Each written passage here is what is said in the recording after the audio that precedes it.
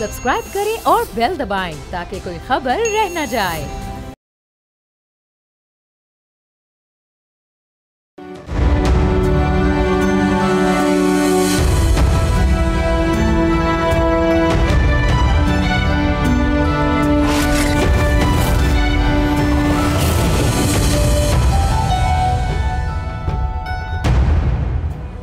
आज का मौजूद सिर्फ एक टेक्नोलॉजी की कहानी नहीं, ये पाकिस्तान के मुस्तकबिल की दास्तान है। एक ऐसा मुस्तकबिल जो खामोशी से बदल रहा है। 24/7 हमारी जो नज़र होती है अपने डिजिटल गैजेट्स के ऊपर होती है और हम ज़्यादातर अपना फोकस जो है वो रूटीन की चीज़ों में कर रहे होते हैं, उसमें बिज़ी होते हैं। लेकिन हकीकत में ये सब कुछ जो हो रहा होता है ये आर्टिफिशियल इंटेलिजेंस की सपोर्ट से, उसकी पावर से मुमकिन हो रहा होता है। फेसबुक हो या टिकटॉक हो, स्क्रॉल करते हुए हमें जो है वो, चाहे हम कोई राइड ले रहे हों या स्पॉटिफाई का म्यूज़िक सुन रहे हों या जंग में इंडिया के फाइटर जेट्स जो गिरे हैं इसकी कहानी सुन रहे हों, उसमें एआई का बहुत इम्पॉर्टेंट रोल है। हर कदम पर एआई हमारे साथ है। अब सवाल यहाँ पर यह है कि क्या हमें इल्म है कि ये सब कुछ एआई की बदौलत कैसे होता है, और सबसे बढ़कर ये कि क्या हम एज ए नेशन ये रेवोल्यूशन लाने के लिए तैयार हैं। दुनिया दौड़ रही है इस तरफ। चीन ने एआई को अपनी मईशत, दिफा, तालीम और सेहत का पार्ट बना लिया है। भारत ने $1.25 बिलियन का जो है वो एआई मशीन लॉन्च कर दी है। बांग्लादेश तक ने स्कूलों में एआई पढ़ाना शुरू कर दिया है और पाकिस्तान अभी सोच रहा है कि इस फील्ड में करना क्या है। कंप्यूटर साइंस और एआई बच्चों के तालीमी निसाब का हिस्सा तक नहीं बन सका। अगरचे फास्ट, नर्स या जीआई की जैसे जो इदारे हैं वो कुछ काम ज़रूर कर रहे हैं, कुछ कैंपस हैं और जैसे बाइकिया, स्टार्टअप्स वगैरह, ये सब कुछ चल रही हैं चीज़ें। लेकिन हकीकत ये है कि सब कुछ एक अनऑर्गेनाइज तरीके से हो रहा है, एक लिमिटेड स्केल के ऊपर ये सारा कुछ हो रहा है। आज हम एक ऐसे मकाम पर खड़े हैं जहाँ पर सिर्फ एआई का इस्तेमाल करना काफ़ी नहीं रहा। हमें इसका इनोवेटर बनना है। आज के इस खुसूसी प्रोग्राम में जानना है कि दुनिया कहाँ पहुँच चुकी है और हम कहाँ खड़े हैं। ऐसे कौन से इक़दाम हैं जो हमें इस रेस में आगे ला सकते हैं। फ़ैसला करना होगा कि क्या हम सिर्फ एक यूज़र बनकर रहेंगे या एआई क्रिएटर भी बनेंगे। और मैं एक और चीज़ बता दूं, मैं जब जनवरी में यूएस में था अभी, और जब प्रेसिडेंट ट्रंप अमेरिका की पॉलिसी दे रहे थे, तो अमेरिकन प्रेसिडेंट जो उन्होंने पॉलिसी दी है उसमें उन्होंने ये भी बताया कि कितने बिलियंस ऑफ डॉलर्स जो है अमेरिका एआई पर स्पेंडिंग करेगा। चाइना ऑलरेडी करता है। तो ये जो सुपर पावर्स हैं, अगर ये बिलियंस ऑफ डॉलर्स की स्पेंडिंग इसके ऊपर कर रही हैं तो इसका कोई रीज़न है, क्योंकि फ्यूचर में हर चीज़ टेक्नोलॉजी की मरहून मिन्नत ही होगी। चाहे वो वॉर हो, चाहे वो स्पोर्ट्स हो, चाहे वो इकॉनमी हो, हर चीज़ का रिलायंस जो है वो इसके ऊपर ही होगा। तो हमारी प्रायोरिटीज़ क्या हैं, इस पर आज के प्रोग्राम में बात करेंगे। आप देख रहे हैं बोल आदिल अब्बासी के साथ। इसी पे बात करने के लिए मेरे साथ मौजूद हैं आमिर जहांगीर साहब, सीईओ हैं मिशेल के, एआई एक्सपर्ट हैं। Air commodore Khalid retired Chishti साहब डिफेंस एनालिस्ट हैं, हमारे साथ वीडियो लिंक पे मौजूद हैं। आप दोनों का बहुत शुक्रिया। आमिर साहब, I will start with you. Where do we stand today in this race, और वो कौन से फैक्टर हैं जिन्होंने हमें इस रेस, अगर हम इस रेस में पीछे हैं तो हमें पीछे रखा हुआ है? देखिए, सबसे इम्पोर्टेंट बात तो ये है कि एआई का रोड मैप क्या होगा पाकिस्तान के लिए, वो डिफ़ाइन होता है जब आपके मुल्क में एक एआई पॉलिसी इंट्रोड्यूस की जाती है। उसमें हम काफ़ी पीछे हैं। जो चीज़ अनाउंस की थी गवर्नमेंट ने इनिशियली 2 साल पहले, वो अभी तक प्रोसेस में है कि उसको फाइनलाइज़ किया जाए और शायद अब आने वाले कुछ दिनों में वो पब्लिक हो जाएगी। लेकिन एआई पॉलिसी जो है वो डिफ़ाइन करता है वो फ्रेमवर्क जिसके अराउंड आपका प्राइवेट सेक्टर, आपका पब्लिक सेक्टर, आपके प्लेयर्स जो हैं वो किस तरह से वो रोल प्ले कर सकते हैं, कैसे उससे बेनिफिट उठा सकते हैं, कैसे उसके नुकसान से बचाया जा सकता है सिटीजन्स को। Very interesting argument by the way कि हम एआई की पॉलिसी बना रहे हैं, हमारी पॉलिसी बन गई है। वो एआई जो आज मिनटों में इश्यूज रिजॉल्व कर देता है, उसकी पॉलिसी हमने 2 साल में अपनी इम्प्लीमेंट करने का फैसला किया। Is that what you are saying? Okay, so अभी हमने एआई के लिए 2 साल सिर्फ पॉलिसी बनाने के लिए लगाए हैं और फिर इम्प्लीमेंट में भी शायद 1.5 साल हम किसी ना किसी तरह ले ही लेंगे। सो हमें इस वक्त, जिस वक्त कंट्रीज डेज़ में, वीक्स में डिसीजंस कर रही हैं और पॉलिसीज़ चेंज कर रही हैं, तो हम यहाँ खड़े हुए हैं। अच्छा, मुझे ये बताइएगा कि हमारा जो विज़न है, जो आपने अगर पॉलिसी शायद देखी होगी, आपकी नज़रों से गुजरी होगी, वो क्या है, हमारी उसमें प्रायोरिटीज़ क्या हैं, और एआई को मैं ज़रा एक आम व्यूवर के लिए कैसे कैसे और कहाँ कहाँ यूज़ किया जा सकता है, इसका यूज़र कौन कौन है? देखिए, इसमें सबसे पहले तो पॉलिसी बड़ी ह्यूमन सेंट्रिक पॉलिसी रखी जा रही है, which is a good thing, कि सिटीज़न सेंट्रिक होने की वजह से इसका अल्टीमेट बेनिफिट जो है वो सिटीजन्स की तरफ जाना चाहिए। चाहे वो इंस्टीट्यूशंस इसमें काम कर रहे हैं, चाहे वो उसमें प्राइवेट सेक्टर काम कर रहा है, लेकिन उसका ultimate benefit in terms of के उसके इम्पैक्ट क्या होगा वो भी, और उसके इम्पैक्ट से बचाना भी सिटीजन्स को मकसूद होता है, क्योंकि इसका नेगेटिव इम्पैक्ट भी आ सकता है सोसाइटी के ऊपर, जो कि फेक न्यूज़, डिसइंफॉर्मेशन की शक्ल में। तो वहाँ पे मेरे ख्याल में पॉलिसी जो है वो सेफगार्ड देती है सिटीजन्स को कि वो किस तरह से इससे अपने आप को बचा भी सकते हैं, और उसके लिए क्या वो अवामिल होंगे, वो क्या स्टेप्स होंगे जो चाहिए होंगे सोसाइटी को सेफगार्ड करने के लिए। अच्छा, ये जो एब्सेंस है इस पॉलिसी की आज के इस मॉडर्न एरा में, मॉडर्न वर्ल्ड में पाकिस्तान के अंदर, और ये जो गैप है इसको फुलफ़िल करने के लिए हमें क्या करना है? देखिए, इस वक्त तो ये है कि ज़रा इस पर भी क्योंकि कमेंट कीजिएगा कि ये अभी एब्सेंस है, अगर हमारे पास इसकी पॉलिसी कंप्लीट नहीं है और इम्प्लीमेंटेशन शुरू नहीं हुई, सो ये गैप है, इसको हम फुलफ़िल किस तरीके से करें और वो कौन से इनिशिएटिव्स होते हैं जिससे हम उसको कवर कर सकते हैं? इसमें मीडिया इन्फॉर्मेशन लिटरेसी बड़ा इंपॉर्टेंट है, क्योंकि डिसइंफॉर्मेशन या मैल इन्फॉर्मेशन जो है, जब वो सिटीजन्स तक पहुंचती है इन्फॉर्मेशन, गलत इन्फॉर्मेशन या मैलिफाइड इन्फॉर्मेशन, तो उससे नुकसान होने का खतरा होता है सिटीज़न की इंटरेस्ट को। तो उसके लिए मीडिया इन्फॉर्मेशन लिटरेसी के प्रोग्राम्स जो है वो स्टार्ट करने चाहिए, और पॉलिसी में उसकी बड़ी अच्छी गाइडलाइंस दी हुई हैं कि किस तरह से हायर एजुकेशन कमीशन जो है वो अपना रोल प्ले करेगा यूनिवर्सिटीज़ लेवल पे, किस तरह से सेकेंडरी एंड प्राइमरी लेवल पर किस तरह स्कूल्स में एआई लिटरेसी प्रोग्राम्स स्टार्ट होंगे, जो कि अल्टीमेटली बेनिफिट करेंगे कि और वो सब्जेक्ट्स की फॉर्म में होंगे कि सब्जेक्ट्स की फॉर्म में, क्योंकि हमारे यहाँ इस किस्म के क्रैश कोर्स और ट्रेनिंग और वो तो ये सब्जेक्ट की फॉर्म में होंगे। ये ऐसे ही है जैसे आज एक बच्चा कंप्यूटर लिटरेसी लेता है, या वो अंग्रेज़ी पढ़ता है, या वो MS वर्ड पढ़ता है, वो इसी तरह से AI भी पढ़ रहा होगा और उसके ऊपर अपनी तालीम पूरी कर रहा होगा। राइट। चिश्ती साहब, मुझे ये बताइएगा कि पाकिस्तान की जो नेशनल है उसमें AI का कितना इम्पोर्टेंट रोल है, और ये जो भी रिसेंट वॉर हुई पाकिस्तान ने इससे कैसे भारत को जो है वो आउटस्मार्ट किया, और कितना बेनिफिशियल रहा ये सारा प्रोसेस हमारे लिए? बहुत शुक्रिया आदिल भाई साहब मुझे इनवाइट करने का। ये बिल्कुल पाक फिजाइया के जिसका मतलब ज़्यादा प्रीव्यू है ऑपरेशंस कैसे हुआ हमारा, और कितनी ज़्यादा इंटेलिजेंस, आर्टिफिशियल इंटेलिजेंस या AI के अलावा जो IT थी वो कितनी ज़्यादा इन्वॉल्व थी, वही भी इसी की ऑफशूट है ऑफ कोर्स। तो मैं कहूँगा शायद 50% हमने जो जंग लड़ी है उसमें IT और इंटेलिजेंस शामिल थी। रीज़न ये है कि सारी जो सर्वे आप करते हैं, डाटा लिंकिंग करते हैं, आपने नोट किया होगा साइबर कमांड फोर्स जिसने जंग से पहले भी और जंग इस कॉन्फ्लिक्ट के दरमियान भी जो हिंदुस्तान के जो फाइटर पायलट्स थे, उनके जो एवैक्स थे, रिफ्यूलर थे और बैक एंड पे जितने सपोर्ट जहाज थे, उनमें जो डिस्कनेक्ट पैदा किया था बुनियादी तौर पर IT का ही था।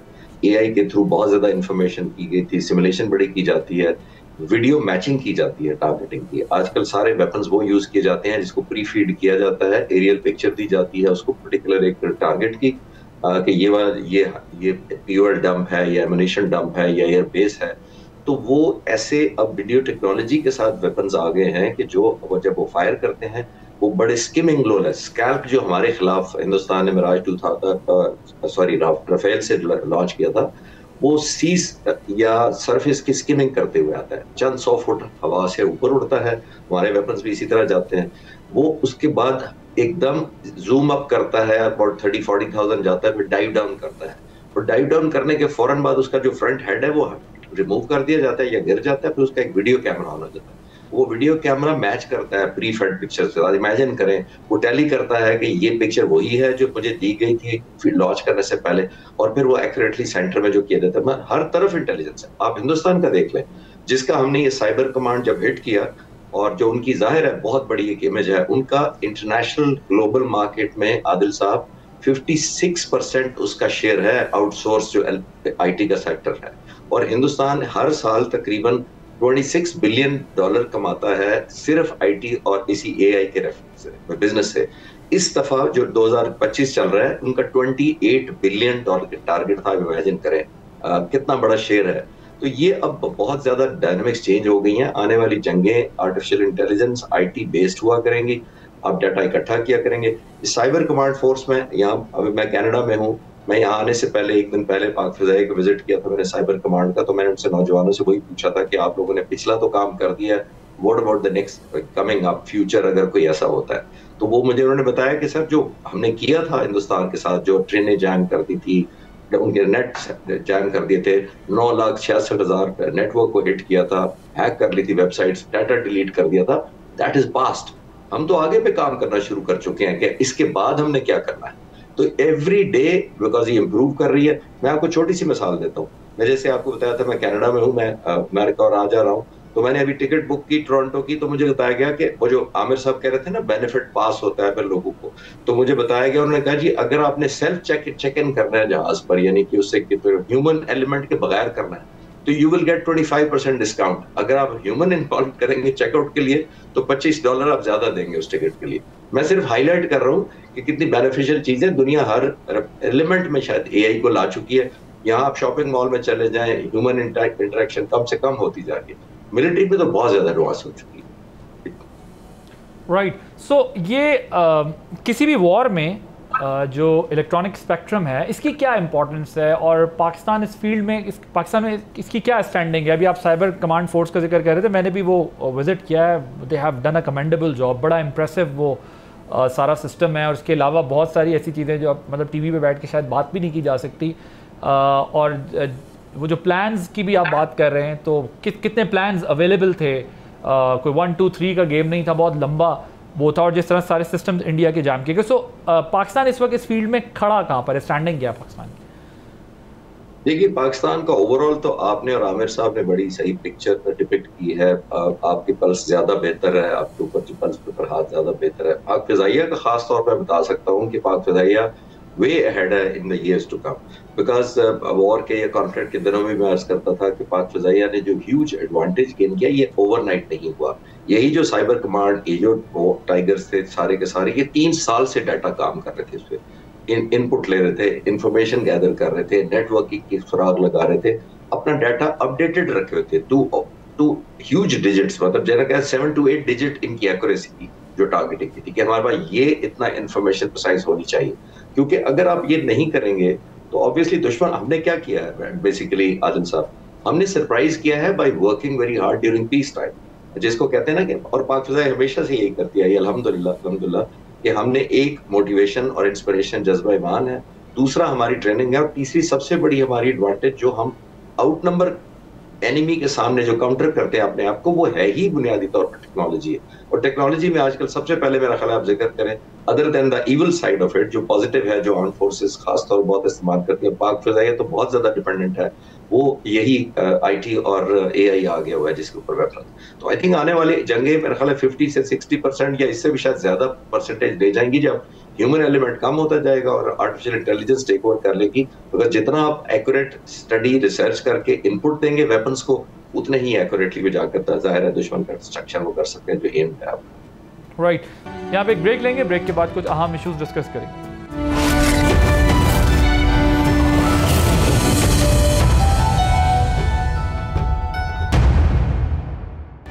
Welcome back. आमिर साहब, मुझे बताइएगा कि इंडिया, चाइना, बांग्लादेश ने इसको अपनी नेशनल पॉलिसी का पार्ट कैसे बनाया? थोड़ा सा इसकी वजाहत कीजिएगा, ये हिस्सा कैसे बना सब कुछ, और पाकिस्तान के लिए इसमें क्या लेसन है, और पाकिस्तान इसको कैसे अपनी नेशनल पॉलिसी का हिस्सा बना सकता है? देखिए, नेशनल AI पॉलिसी जो है वो डिफ़ाइन करेगी बेसिकली कि कौन से प्लेयर्स जो हैं वो क्या रोल प्ले करेंगे। इसमें पाकिस्तान ने जो रोल प्ले किया है वो ये कि हम सेंटर ऑफ एक्सेलेंस क्रिएट करेंगे डिफरेंट, और उन सेंटर ऑफ एक्सेलेंस से एक पाकिस्तान का अपना state of the art data centre होगा, जो उस डेटा, क्योंकि सबसे ज़्यादा जो ज़रूरी चीज़ है इसके अंदर वो ये है कि आपकी डेटा प्रोसेसिंग कैपेबिलिटी कितनी हो सकती है, वो पाकिस्तान की वीक है। इस पॉलिसी के बाद उस कैपेसिटी को बिल्ड किया जा रहा है, और वो बिल्ड करके पाकिस्तान के पास इतनी असेसमेंट करने की, इतनी इम्प्लीमेंट करने की कैपेसिटी होगी कि पाकिस्तान अपने AI मॉडल्स जो है वो इंट्रोड्यूस कर सकता है।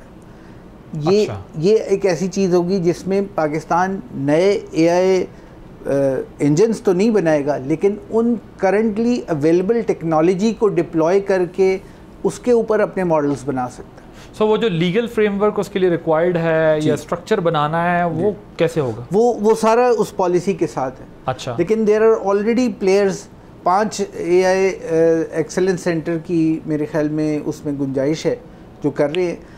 इसके ऊपर काम पिछले 5 साल से ऑलरेडी हो रहा है। जो हायर एजुकेशन ने मुख्तलिफ यूनिवर्सिटीज़ में ये सेंटर ऑफ एक्सेलेंस क्रिएट किए हुए हैं, ये अपने तौर पे कर रहे हैं और इसमें एयरफोर्स भी अपना रोल प्ले कर रहा है। वो जो थ्रू नेस्टेप जी नेस्टेप जी ओके उसके अंदर भी कंट्रीब्यूट कर रहे हैं।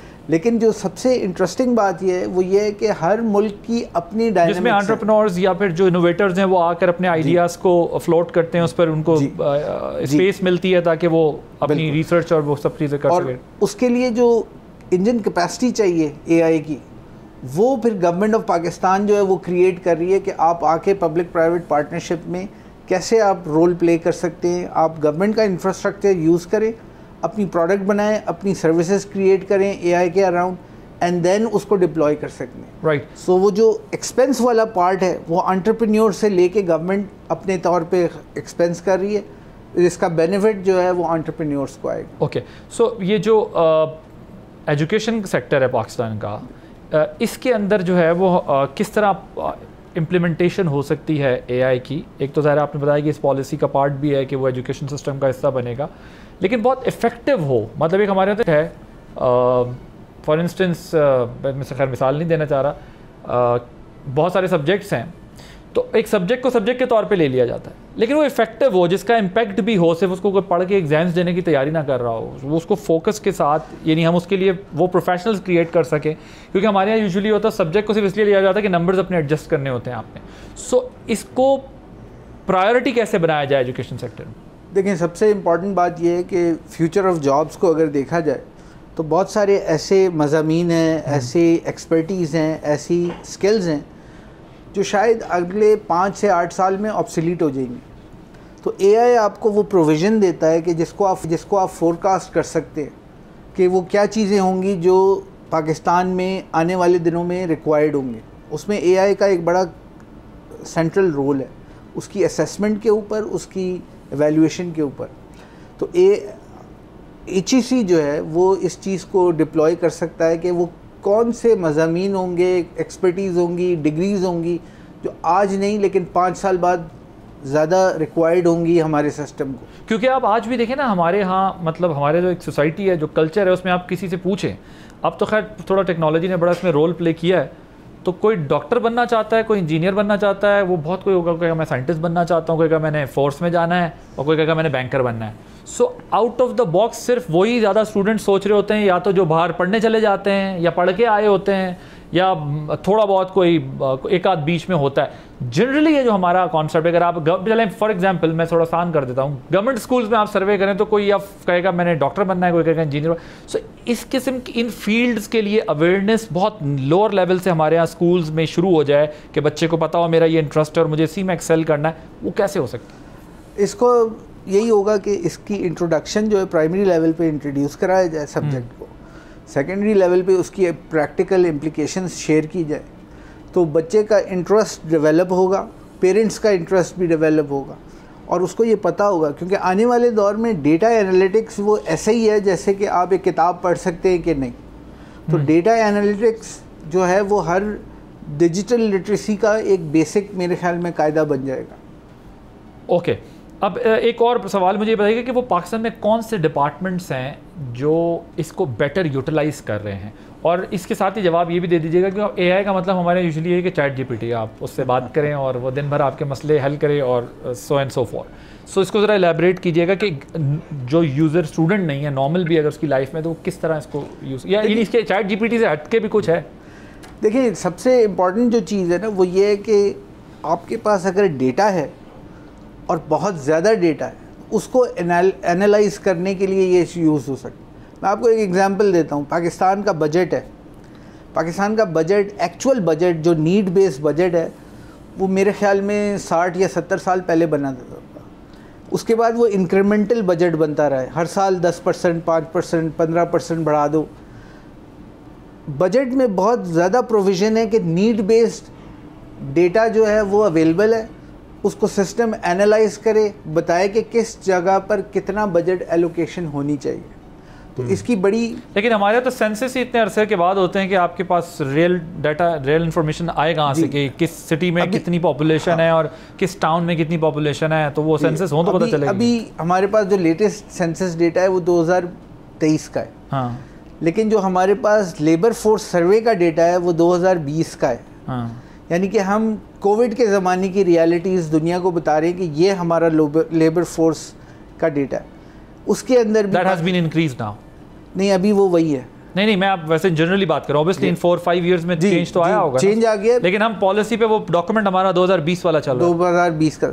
सो पाकिस्तान ब्यूरो ऑफ स्टैटिस्टिक्स को AI एनेबल्ड इंस्टीट्यूशन होना चाहिए। वो हर सर्वे जो है वो पुराने तरीके के करने की जगह AI के नए टूल्स। तो बेसिकली आप कह रहे हैं कि अगर रियल टाइम डाटा या इन्फॉर्मेशन हमारे पास है ही नहीं तो हम एनालाइज कैसे करेंगे कि हमारे इश्यूज कहाँ हैं। और आप ये कह रहे हैं कि अगर इन रियल टर्म्स हम पता हो हमें कि किस डिस्ट्रिक्ट, किस डिवीजन को किस चीज़ की या डेवलपमेंट में किस सेक्टर में ज़रूरत है, तो आप कह रहे हैं वो ज़्यादा इजी हो जाएगा, बजाय इसके कि हम जनरली कहते हैं कि लाहौर को, कराची को, पेशावर को इतने फंड्स दे दो। जी। इसके बजाय हमें ये पता होना चाहिए कि हमें डिमांड क्या है और किस किस उसमें एरिया के अंदर डिमांड है। Right, fair enough. Air commodore साहब, मुझे ज़रा ये बताएं, ये जो साइबर वॉर का जदीद जंगों का रिज़ल्ट एनालाइज करने में कितना इम्पॉर्टेंट रोल है और इस फील्ड में पाकिस्तान का पोटेंशियल क्या है? अभी हमने देखा कि जैसे रीसेंट वॉर हुई उसमें ऑफेंसिव डिफेंसिव दोनों मकसद हमारे उसके अंदर शामिल थे। सो इसको अगर ओवरऑल हम समझना चाहें तो किस तरह समझा जा सकता है? वैसे देखिए, हुकूमत का फर्ज होता है एनेबलिंग एनवायरनमेंट देना जी। यानी यूथ, हमारी टैलेंट की बिल्कुल कोई कमी नहीं है। मैं नौजवानों को मिल के आया हूँ जो पाकिस्तान की साइबर कमांड फोर्स में जिन्होंने इतना बढ़कली दी, ये साइलेंट वॉरियर थे मेरे हिसाब से।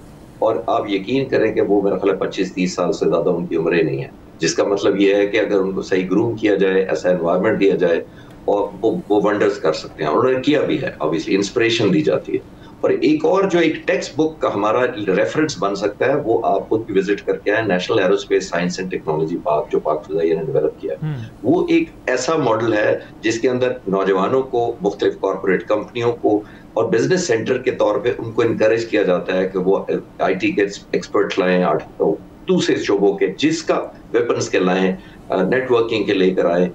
इतने ज्यादा अंडर वन रूफ आपने शायद ही को देखे होंगे जो एक्सपर्ट्स होंगे जो अंडर वन रूफ बिठाए जा सकते हैं। उनको ऐसा सिस्टम दिया जाता है, ऑफ कोर्स उनको इनकरेज किया जाता है। पाक फिजाइया यही कर रही है। ये जो साइबर कमांड फोर्स है, हमारा जो एक किस्म की जो पनीरी है या रॉ मटेरियल जहाँ से आता है, वो national aerospace science technology park है। वो इतनी ज्यादा इनेबलिंग एनवायरनमेंट है और नौजवानों को दी गई है। जब आप ऐसा एनवायरनमेंट नेशनल लेवल पे क्रिएट कर देंगे तो यू कैन इमेजिन वंडर्स होंगे। हमारे यहाँ मैं पाकिस्तान में देखता हूँ, मैं अभी सिएटल गया हुआ था अमेरिका में, मैं वहां जब विजिट किया तो मेरे ऑडियंस में जब मैंने मुलाकात की उनसे, मैंने नौजवानों से पूछा, 25-30 साल के 35 साल में लड़के हैं, मैंने क्या करते हैं? मैं जी अमेजोन का मैं मार्केटिंग हेड हूँ, मैं फलां कंपनी का करता हूँ, मैं माइक्रोसॉफ्ट प्रोडक्ट डेवलपर हूँ।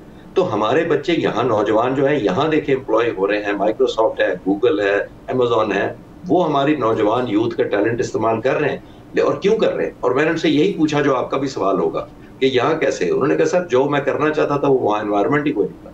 तो ये अनफॉर्चुनेट पार्ट है ना कि यहाँ पे सारी दुनिया हमारे नौजवानों को और इंटेलेक्ट उनका स्किल यूज कर रही है, लेकिन हम उनका एक किस्म का जाया कर रहे हैं। उसकी बेस्ट एग्जांपल मैं दोबारा कहूंगा कि national aerospace science technology park है। अगर कोई जाना चाहे आप खुद देखें, वही बच्चे जो बाहर चले जाना था जिन्होंने, वो वहां कितने कितने सालों से काम कर रहे हैं। और जब मैं उनसे पूछा था पाकिस्तानी नौजवानों से कि आप यहाँ कैसे काम कर रहे हैं, उन्होंने कहा जी हमें इससे ज्यादा एनवायरनमेंट शायद बाहर नहीं मिलेगा। मैं ये कंपेयर करना चाह रहा हूँ दोनों। वैसे मैं आपको दोनों को जरा इंटरेस्टिंग पार्ट बताऊं। मैं लास्ट वीक मेरा बेटा मुझे लेकर चला गया, उसने कहा कि सुपरमैन मूवी देखते, तो मैं समझा शायद सुपरमैन जिस तरह पुरानी थोड़ी सीरीज़ थी वो कोई बोरिंग शोरिंग सा ही कोई पार्ट होगा, तो वो मैं ये सोच के चला गया कि चलो इस अपने बेटे की वजह से मैंने कहा चलो चलते हैं साथ देखते हैं मूवी। लेकिन उसमें उन्होंने दिखाया कि टेक्नोलॉजी का यूज़ के मतलब अब जो वेपन है, जो फोर्सेस हैं, जो रोबोट्स हैं, जो AI का यूज़ करके फ्यूचर में वॉर होनी है, वो उसमें दिखा रहे थे कि कन्वेंशनल फोर्सेस को वो किस तरह बिल्कुल अबेंडन कर देंगे और 2 रोबोट्स और 3 रोबोट्स जो हैं वो पूरी यूनिट्स का से फाइट कर रहे होंगे, और वो अपनी कंट्री का ही दिखाया कि अब खुद US में वो कैसे कर देंगे सारा। तो वो very interesting to see this कि किस तरह ये टेक्नोलॉजी ऑब्वियसली हर फील्ड को ही टेक ओवर कर रही है, और हमें ये समझने की ज़रूरत है कि हमें हर फील्ड में टेक्नोलॉजी का यूज़ किस तरह बढ़ाना है। कंक्लूडिंग नमाज 1 minute, I have to conclude the show then. मेरे ख्याल में AI की डिप्लॉयमेंट जो है, ख़ासकर जो रेगुलेटरी बॉडीज़ हैं पाकिस्तान में, उन सब को करनी चाहिए।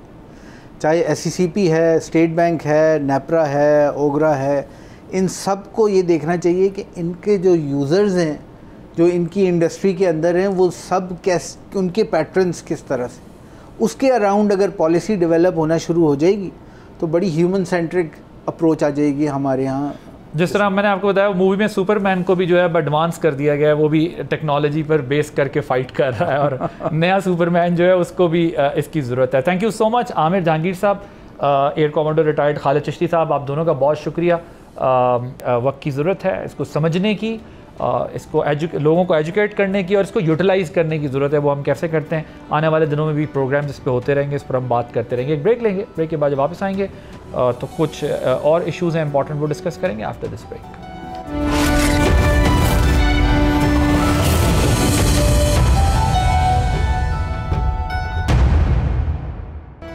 मुल्क में चीनी का बहरान जारी है। शुगर मिल्स मालिकान और डीलर्स के दरमियान चीनी की खरीदो फरोख्त का तनाज़ा हल नहीं हो सका, जबकि पब्लिक अकाउंट्स कमेटी ने FBR से शुगर मिल्स मालिकान के नाम तलब कर लिए हैं। शुगर डीलर्स एसोसिएशन के मुताबिक आज भी चीनी 165 रुपए के एक्स मिल रेट पर नहीं मिल सकी है, जिसकी वजह से बाजार में चीनी की सप्लाई मुअत्तल है। डीलर्स ने इल्जाम लगाया है कि शुगर मिल्स मालिकान ने वजारत से मिलकर चीनी एक्सपोर्ट कर दी और अरबों का फायदा उठाया, और अब सिर्फ डीलर्स को जिम्मेदार ठहराया जा रहा है। हुकूमत ने चीनी की परचून कीमत 173 रुपये मुकर्रर की है, लेकिन लाहौर, इस्लामाबाद और कराची समेत मुल्क के दीगर शहरों में चीनी नायाब है। जहां दस्तयाब है वहां इसकी कीमत 200 रुपये किलो तक है। दूसरी तरफ पब्लिक अकाउंट्स कमेटी ने वजारत सनत और FBR से सख्त सवालात पूछे हैं। कमेटी अरकान की जानिब से इल्ज़ाम लगाया गया है कि चीनी की कीमत की मद में अवाम के साथ 287 अरब का धोखा हुआ है। सेक्रेटरी सनत ने इसकी जिम्मेदारी सूबाई हुकूमतों पर डाल दी है, जो शुगर इंडस्ट्री को रेगुलेट करती है। वजारत सनत के मुताबिक इस साल 13 लाख टन से ज़ायद चीनी सरप्लस रही। 5 लाख टन अगले साल के लिए रिजर्व की गई और बाकी एक्सपोर्ट हो गई, जिससे $40 करोड़ का ज़र मुबादला कमाया। लेकिन सवाल ये भी है कि ये रिजर्व शुगर कहाँ है? अगर रिजर्व था तो फिर इम्पोर्ट क्यों की जा रही है? अब जबकि वफाकी हुकूमत ने चीनी की फ़ी किलो कीमत 173 रुपये मुकर्रर कर दी है, तो चीनी मार्केट से गायब क्यों हो गई है? इस दौरान हुकूमत ने चीनी की इम्पोर्ट के लिए टैक्सेस में छूट का ऐलान भी किया है। असल मामला क्या है, इस पर बात करने के लिए हमने दावत दी है। हमारे साथ मौजूद हैं शमसुल इस्लाम साहब, कमोडिटी एंड फाइनेंस एक्सपर्ट हैं, इस सब्जेक्ट को बहुत अच्छे तरीके से समझते हैं। Sir, thank you so much for joining us. मुझे ये बताइएगा, ये जो हमारा भी रीसेंट क्राइसिस है, चीनी का जो बहरान है हमारा, इसकी वजह क्या है, मेन रीज़न क्या है? बुनियादी वजह इसकी vested interest, conflict of interest. अगर आप देखें कि शुगर मिल्स जो हैं अराउंड 80-90 करीब है, तो उसमें 80% करीब जो है वो उन लोगों की हैं जो जिनका पॉलिटिकल बैकग्राउंड है, और वो तकरीबन पाकिस्तान की हर हुकूमत में रही हैं। इस हुकूमत में भी हैं, उससे पहले भी थी, उससे पहले भी थी। तो अगर आप देखेंगे कि दिहाइयों से, ये कहना गलत नहीं होगा कि ये चीनी वाले ही हुकूमत बना रहे हो। बिल्कुल, इस वक्त बिल्कुल आपने सही पॉइंट आउट किया। मैं आपको कहूँ कि अब तक तो 2 हुकूमतें जो गिराई जा चुकी हैं 60s से अगर आप लें तो चीनी की वजह से गिरी। एक अयूब खान के दौर में, अयूब खान साहब चले गए थे अल्लाह हाफ़िज़ करके, उसके बाद फिर आपने देखा जो PTI की गवर्नमेंट भी गिरी थी, उसके पीछे भी जो नो कॉन्फिडेंस का जो वोट आया था उसमें किरदार भी चीनी। हमारी चीनी इतनी मीठी नहीं है, आप कह रहे हैं? चीनी हमारी मीठी नहीं है, हमारी चीनी कड़वी है, क्योंकि चीनी हमारी ज़्यादा पैदा होती है। जो ज़्यादा चीज़ पैदा हो जाए तो उसको फिर आर्टिफिशियली उसकी प्राइसेस को जैकअप करके अपना प्रॉफिट बढ़ाया जाता है। आपको हैरत होगी कि जो इंस्टॉल्ड इंडस्ट्री आपकी लगी हुई है, उसकी जो अगर लाइसेंसिंग हुई थी, ये 60s, 70s, 80s, 90s में जो मिलें लगी हैं, तो वो जिस पे लगी हुई थी बेशतर इलाकों में, बेशतर मतलब सूबे के अंदर बताऊँ कि वो अभी तक रिवाइज़ ही नहीं की, जब आपकी क्रशिंग कैपेसिटी बढ़ाई जा चुकी है। तो जब आप चीनी के पास, आपके पास एक डेटा आता है, आप देखते हो अक्सर आपको डेटा शेयर किया जाता है, ये ऑफिशियल डेटा है,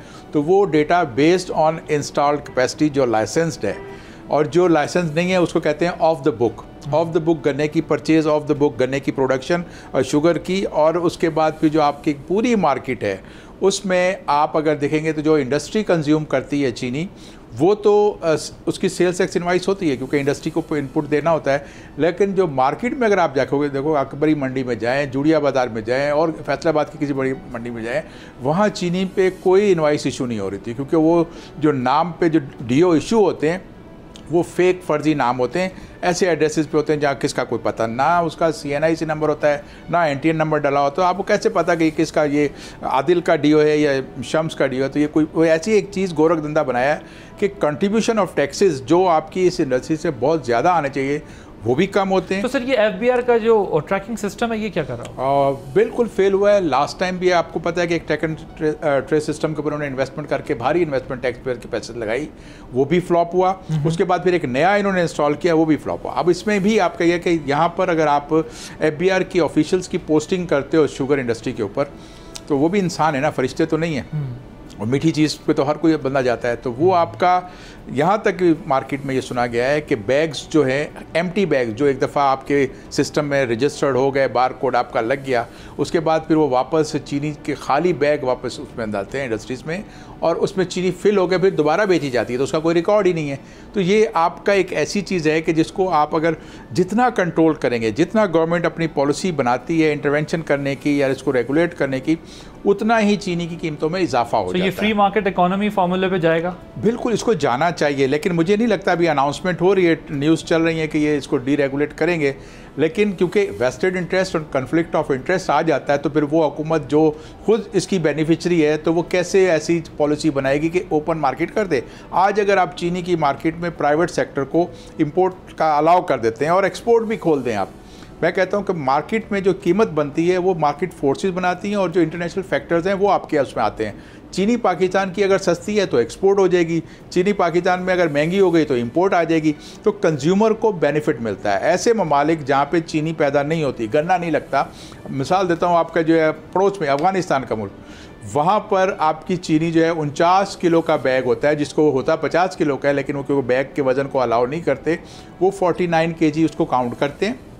4900 का 49 kg का अफ़गानी का मिलता है। एक्सचेंज रेट आप देख लें कि किसका जो है, तो आप कैलकुलेट कर सकते हो कि जिस मुल्क में हमारी चीनी जो अभी हालिया एक्सपोर्ट सबसे ज़्यादा अफ़गानिस्तान को ही है, वहाँ चीनी सस्ती है और हमारे यहाँ महंगी है। सर ये क्या चीनी की शॉर्टेज है या होर्डिंग हुई है, क्या हुआ है? चीनी की कोई शॉर्टेज नहीं है। मैंने कई दफ़ा कह चुका हूँ कि 84 मिलियन टन की प्रोडक्शन हुई थी, और इसको कंफर्म भी किया है, जो मिनिस्ट्री है उसके सेक्रेटरी ने कंफर्म भी किया है पार्लियामेंट में बाकायदा जाके, जहाँ पे कमेटी के सामने अपेयर हुए हैं।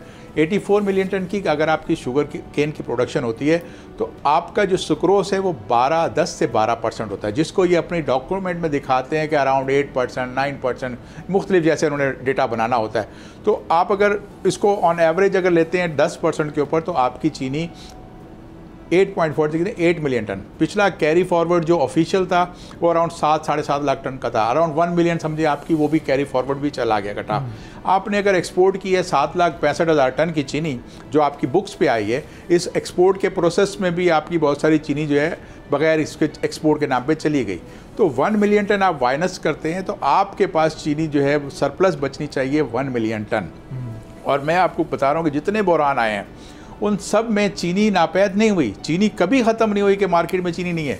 वो पुराने सीज़न की क्रशिंग की चीनी वापस मार्केट में आ रही होती है जब कहा जाता है कि चीनी ख़त्म हो गई। आपको याद होगा एक दौर में 190-195 रुपये की चली गई थी, उस वक्त कहा चीनी ख़त्म हो गई, हम इंपोर्ट करेंगे ब्राज़ील से, फिर पता चला जी चीनी वहाँ पर आ गई। अभी भी यही कहा जा रहा है इंपोर्ट करने जा रहे थे। अब $300 मिलियन की अगर आप एक इंपोर्ट करने जा रहे हो, वो मुल्क जिसके अंदर आपके रिजर्व्स अराउंड 14 बिलियन, 14.5 बिलियन के होंगे, वो आप पे बोझ पड़ता है। दूसरा, फिर आपने एक बहुत बड़ा रिस्क लिया कि IMF ने आपसे एग्रीमेंट करवाया हुआ है कि गवर्नमेंट कमोडिटी ऑपरेशन नहीं करेगी, गवर्नमेंट इंपोर्ट या परचेज नहीं करेगी कमोडिटीज़ की, तो आपने उसको बाईपास करके और ये एक नई चीज़ निकाली कि फूड इमरजेंसी।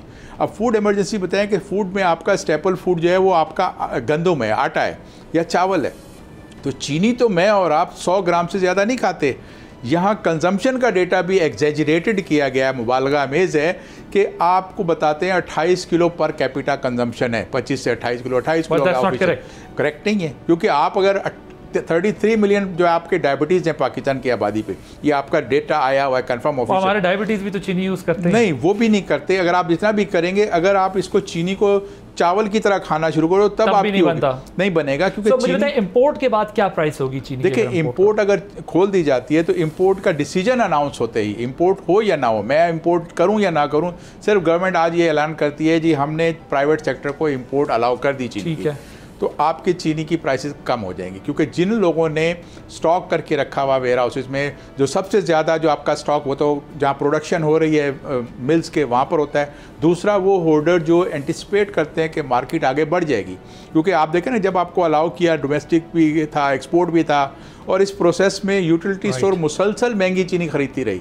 तो हर तरह से जब आपकी डिमांड आ रही होती है तो फिर होल्डर जो है वो एक्टिवेट हो जाते हैं। So brief comment, because we are running out of time.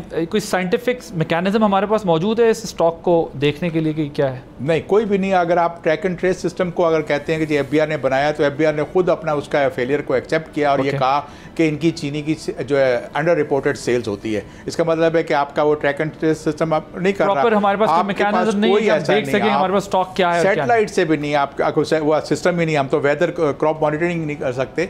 इसका तरीका यही होता है कि मार्केट फोर्सेस को compete कराओ, आप इंपोर्ट एक्सपोर्ट को खुला रखो, आप गन्ने की MSP प्राइस खत्म कर दो, काश्तकारों पे पाबंदी नहीं लगाओ। ये है ना कि शुगर मिल मालिकान तो लेजिस्लेशन करते हैं हमारे जाके, तो वो कैसे ये होने देंगे और कैसे होगा? यही मैं आपको बताऊं कि जो सैप बनाई गई है वो इनकम्पिटेंट है। दूसरा, उनका कनाइवेंस एक गठजोड़ हो जाता है कि एक तरफ गवर्नमेंट के ऑफिशियल्स बैठे हैं 3 मिनिस्ट्री के, उसके साथ अगर PSA में बैठी है कोई इंडिपेंडेंट एक्सपर्ट उसमें नहीं है प्राइवेट सेक्टर से, तो चीनी के जो इंटरेस्ट हैं वो तो फिर उस इंडस्ट्री के देखेगी वो इंडस्ट्री वाले, और यही हुआ है। Right, thank you so much. Shamsul Islam sahab हमारे साथ मौजूद थे, एक्सपर्ट हैं कमोडिटी के, और गुफ्तगू करते हैं। आपने गुफ्तगू सुनी, आदिल अब्बास को इजाज़त दीजिए।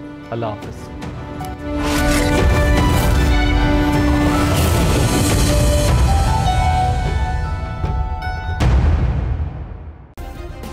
सब्सक्राइब करें और बेल दबाएं ताकि कोई खबर रह न जाए।